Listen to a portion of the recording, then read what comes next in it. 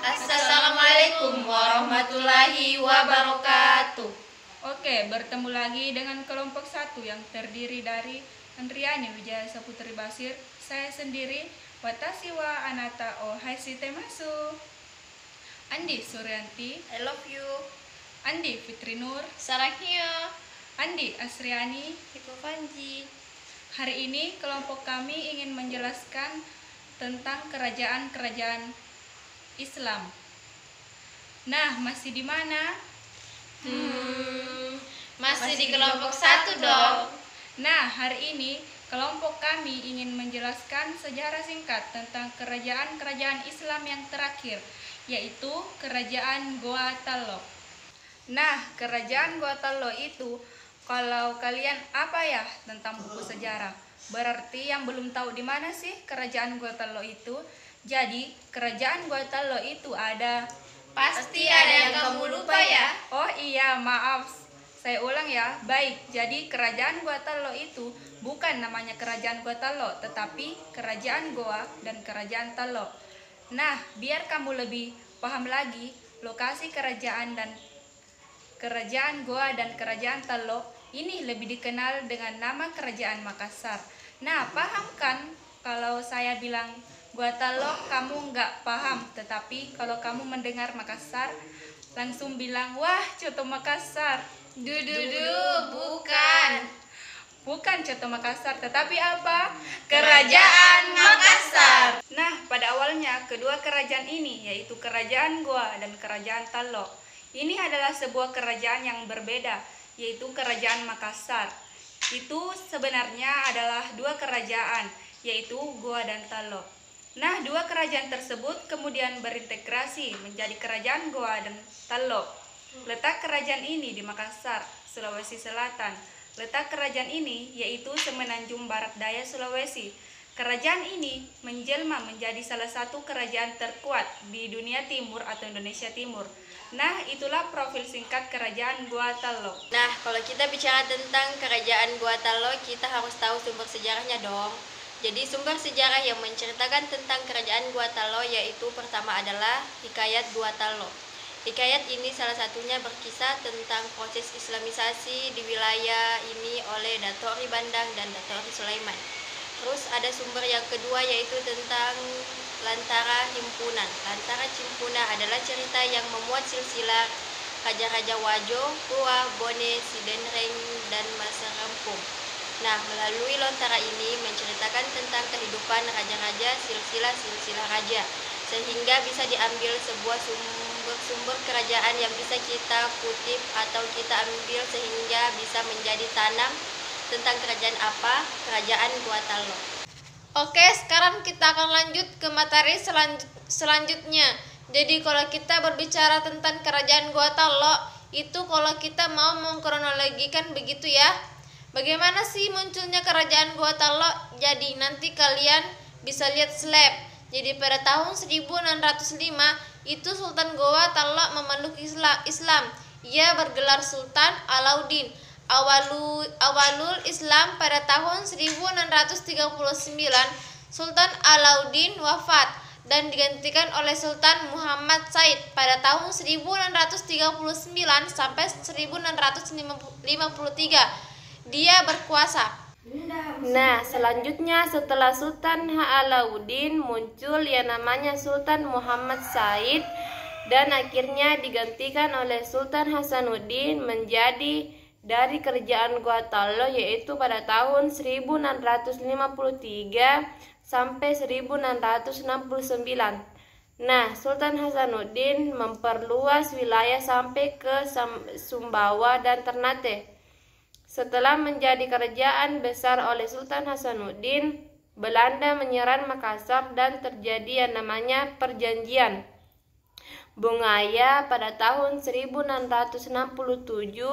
Nah, terjadilah perang pada tanggal 12 April 1668. Sultan Hasanuddin menyerahkan tahta kepada Amir Hamzah. Nah, itu adalah kronologi singkat munculnya Kerajaan Goa Tallo. Sekarang kita akan melihat tentang kehidupan politik kerajaan Gua Talo. Raja-raja yang pernah memerintah kerajaan Gua Talo itu antara lain satu Sultan Alauddin atau Dain Mangarabia. Dia memerintah pada tahun 1591 sampai 1638. Ia adalah raja pertama kerajaan Goa dan Talo. Ia memeluk agama Islam pada masa pemerintahannya. Dia mengeluarkan 5 buah dekrit, yaitu menggerakkan warganya untuk memeluk Islam. Nah, pada masa pemerintahannya itulah telah terbit kegiatan pelayaran dan perdagangan. Inilah yang akan membantu kehidupan dari kerajaan Gua Talo sejahtera, yaitu perekonomiannya. Nah, ada juga raja yang kedua, yaitu Sultan Hasanuddin. Sultan Hasanuddin, ia adalah seorang raja yang sangat terkenal di Makassar atau di Gua Talo. Dia memerintah pada tahun 1653 sampai 1669. Nah, Sultan Hasanuddin ini adalah mempunyai nama lengkapnya adalah Sultan Hasanuddin Tumanenga Ribaila Pangkana. Dia sebagai raja terkenal dari kerajaan Gua Talo. Dia dijuluki sebagai ayam jantan dari timur, atau dengan nama lain sebuah pemberian dari Belanda. Tulisannya, Belanda menuliskan gelar atau julukan sebagai Sultan Hasanuddin sebagai The Honses van Het of Ten, yaitu ayam jantan dari timur.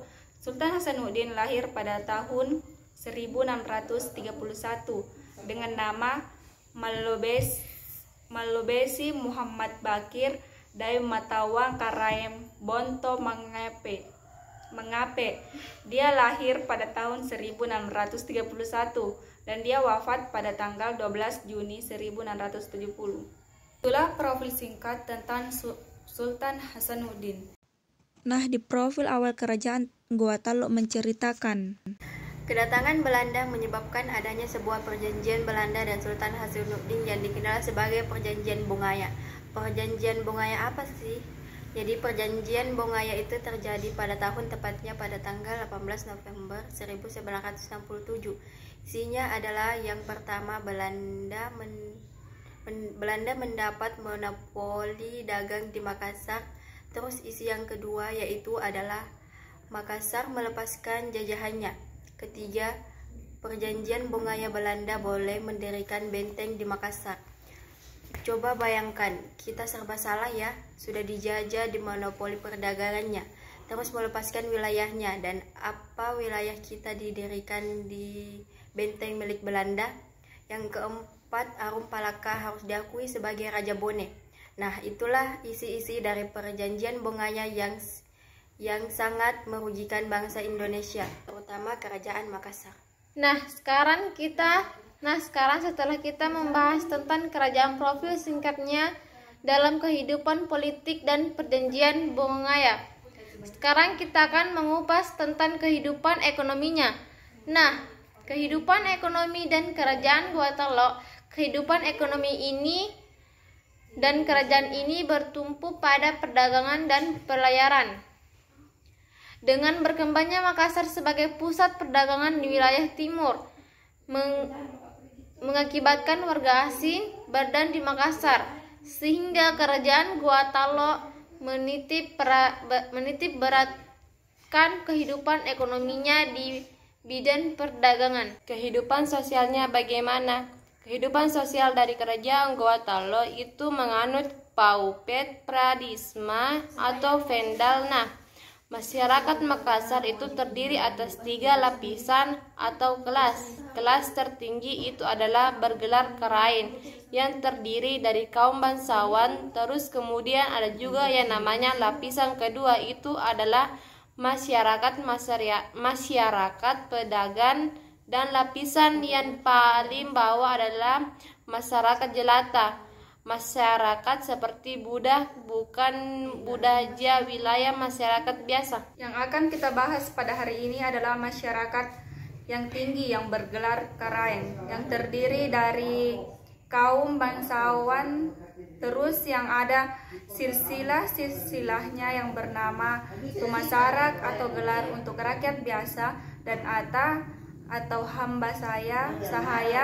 Jadi ada 3. Yang pertama karaeng atau bangsawan, kedua tumasarak atau rakyat biasa, ketiga ata atau hamba sahaya. Itulah kehidupan sosial di kerajaan Goa Talo. Nah, terus bagaimana kehidupan budayanya? Nah, hasil kebudayaannya cukup menonjol di kerajaan Makassar. Itu adalah keahlian masyarakat membuat perahu. Jadi orang-orang Makassar itu sangat baik, sangat bagus dalam membuat perahu.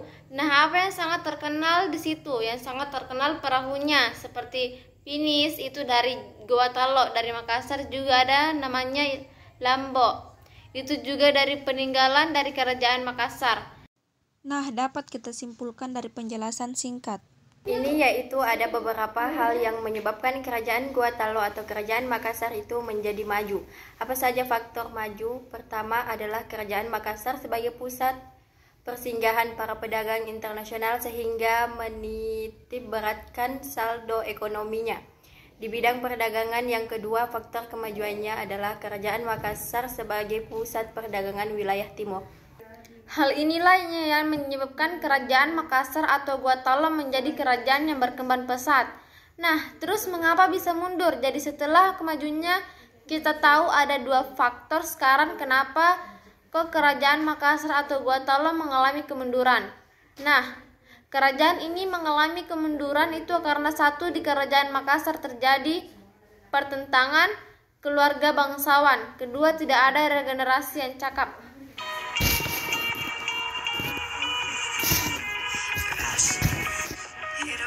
Raja-raja selanjutnya adalah raja rebutan tahta. Nah, dari inilah yang menyebabkan lambatlah kerajaan Makassar atau kerajaan Goa Talo mengalami kemunduran. Peninggalan kerajaan Goa Talo yaitu pertama, Benteng Fort Rotterdam, kedua, Batu Pelantikan atau Batu Pelantikan, ketiga, Masjid Katongka, keempat, Masjid Jogaya atau Babul Firdaus, kelima, Masjid Jami Nurul Mukminin, keenam, Komplek Makan Katangka, dan yang terakhir makam Syekh Yusuf Taju Kalwati.